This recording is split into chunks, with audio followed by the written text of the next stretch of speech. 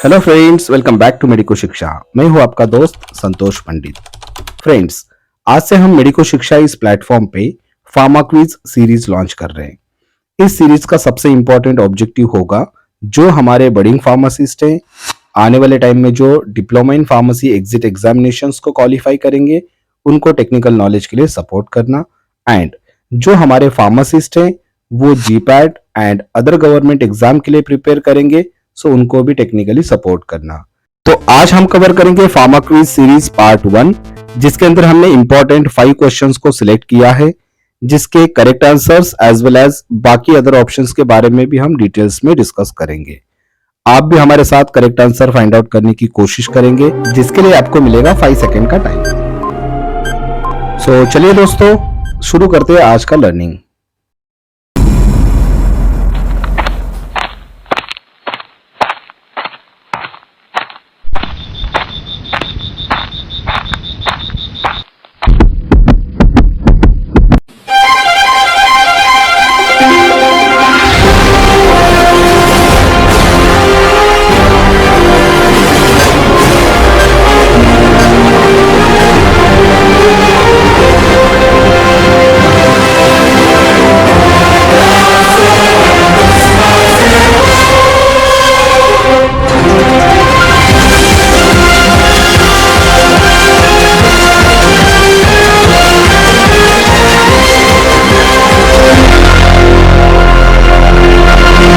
And your first question is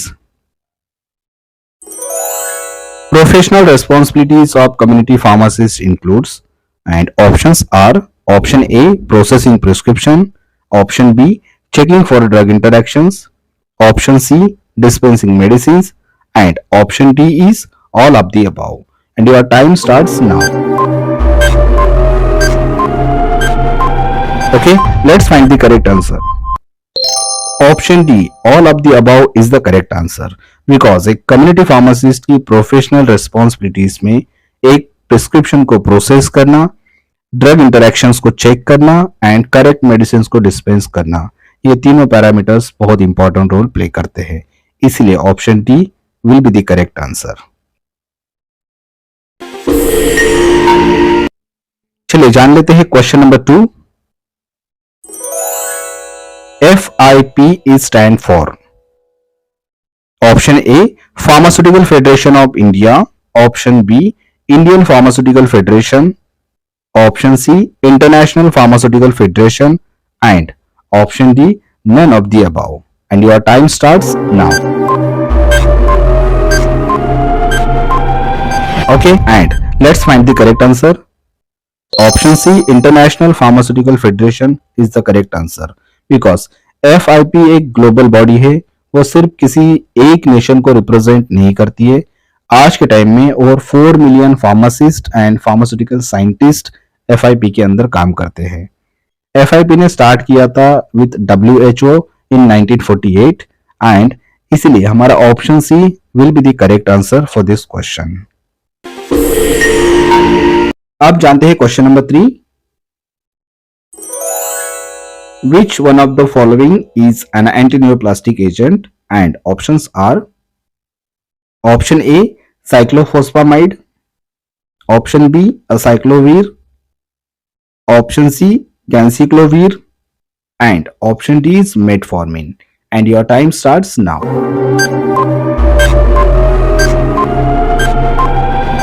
चलिए जान लेते हैं करेक्ट आंसर।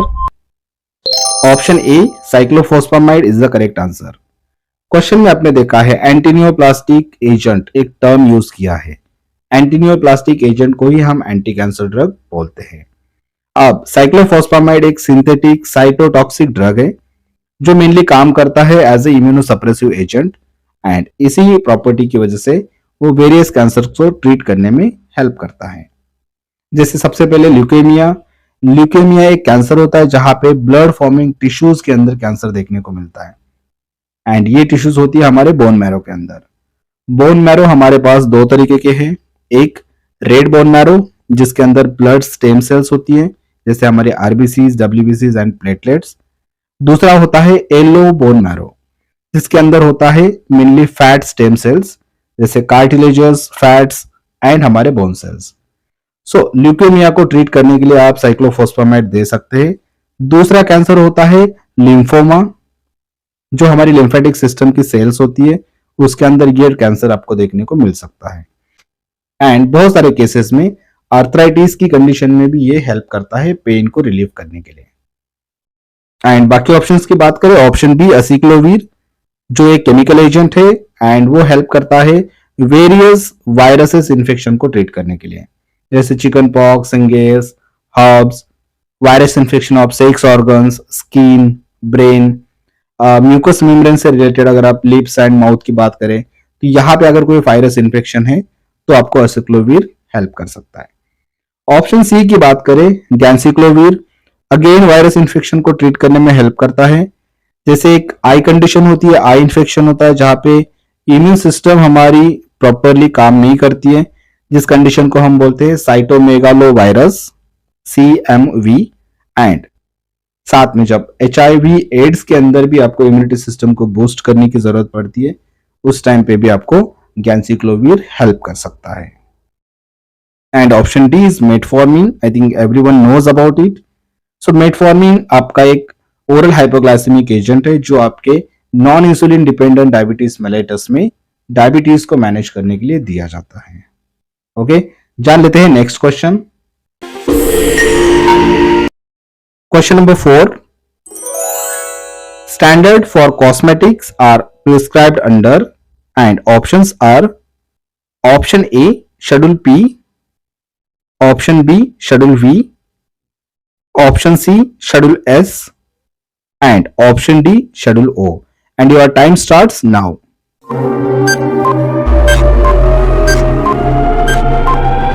And अब जानते हैं correct answer. Option C schedule S is the correct answer, because schedule S के अंदर आपको लिस्ट मिलता है जहां पे बहुत सारे कॉस्मेटिक्स एंड टॉयलेटरीज के जो प्रोडक्ट्स है उनके बारे में स्टैंडर्ड सेट करके रखे। एंड अब जानते हैं बाकी ऑप्शंस के बारे में। Option A schedule P, so आपका शेड्यूल पी डिस्क्राइब करता है life period of drugs in a month, जैसे कि हम बात करते हैं time between manufacturer and date of expiry. Option B की बात करते हैं शेड्यूल वी, शेड्यूल वी के अंदर एक लिस्ट होगी जहां पे ड्रग्स होंगे with lower potential of abuse, and साथ में कुछ लिमिटेड क्वांटिटीज होगी आपके सर्टेन नार्कोटिक्स की, जैसे आप एंटी डायरियल्स या फिर एंटी हिस्टामिनिक ड्रग्स जो आपके कफ सिरप में मेनली देखने को मिलते हैं, या फिर आपके एनाल्जेसिक्स या आपके रेस्पिरेटरी सिस्टम के डिसऑर्डर को ट्रीट करने वाले ड्रग्स। ये सब कुछ आप इसका पूरा स्टैंडर्ड्स शेड्यूल वी के अंदर देख पाओगे। एंड ऑप्शन डी शेड्यूल ओ, इस शेड्यूल के अंदर आपको जो डिसइंफेक्टेंट फ्लूइड्स होते हैं उनके बारे में बहुत सारे रेगुलेशंस एंड उसकी रिक्वायरमेंट, इन सभी के बारे में एक स्टैंडर्ड्स के अंदर सारी इंफॉर्मेशन मिल जाएगी। तो जान लेते हैं next question. Question number 5. Carminative is an agent that, option A, reduce gastric pH, option B, removes gases from the GI tract, option C, decrease peristalsis, and option D, increase saliva secretion. And your time starts now.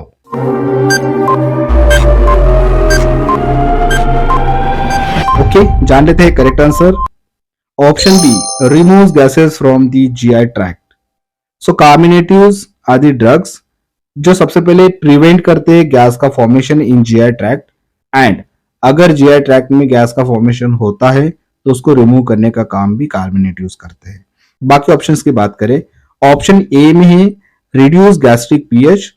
So gastric pH को reduce करने का काम तो आपका S2 receptor antagonist का होता है, right, जैसे आपके सिमेटिडीन या राइनिटिडीन या फिर आपके नेजाटिडीन, इसलिए ये कार्मिनेटिव की तरह काम नहीं करेगा। Option C decrease peristalsis. So peristalsis movement को डिक्रीज कराने के लिए, इनिबिट कराने के लिए आपके कार्मिनेटिव ड्रग्स बिल्कुल हेल्प नहीं करेंगे, लेकिन अगर आपके पास लोपेरामाइड है तो ये आपको डायरेक्टली हेल्प कर सकता है बाय इनिबिटिंग द पेरिस्टालसिस। ये एक्ट करेगा आपके इंटेस्टिनल वॉल्स के मसल्स पे, एंड मसल्स को अगर वो इनिबिट करेगा तो आपका स्लो डाउन होगा इंटेस्टिनल मोटिलिटी, एंड इस तरीके से आपकी पेरिस्टालसिस मूवमेंट को डिक्रीज किया जाता है। And D option increase saliva secretion, आपके कार्मिनेटिव्स किसी भी तरीके से सलाइवा को सिक्रीट नहीं करते। बेस्ट ड्रग जो आपके सलाइवा को सिक्रीट करा सकता है वो है आपका पिलोकार्पिन।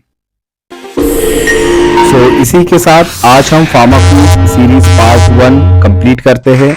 उम्मीद करता हूँ कि आपके लिए ये स्टडीज में हेल्प करेगा and thank you so much for being with us. And इस सीरीज को हम पार्ट्स में कवर करेंगे। जल्दी मिलूंगा आपको पार्ट 2 के अंदर। Please stay connected with Medico Shiksha and take care. Bye bye.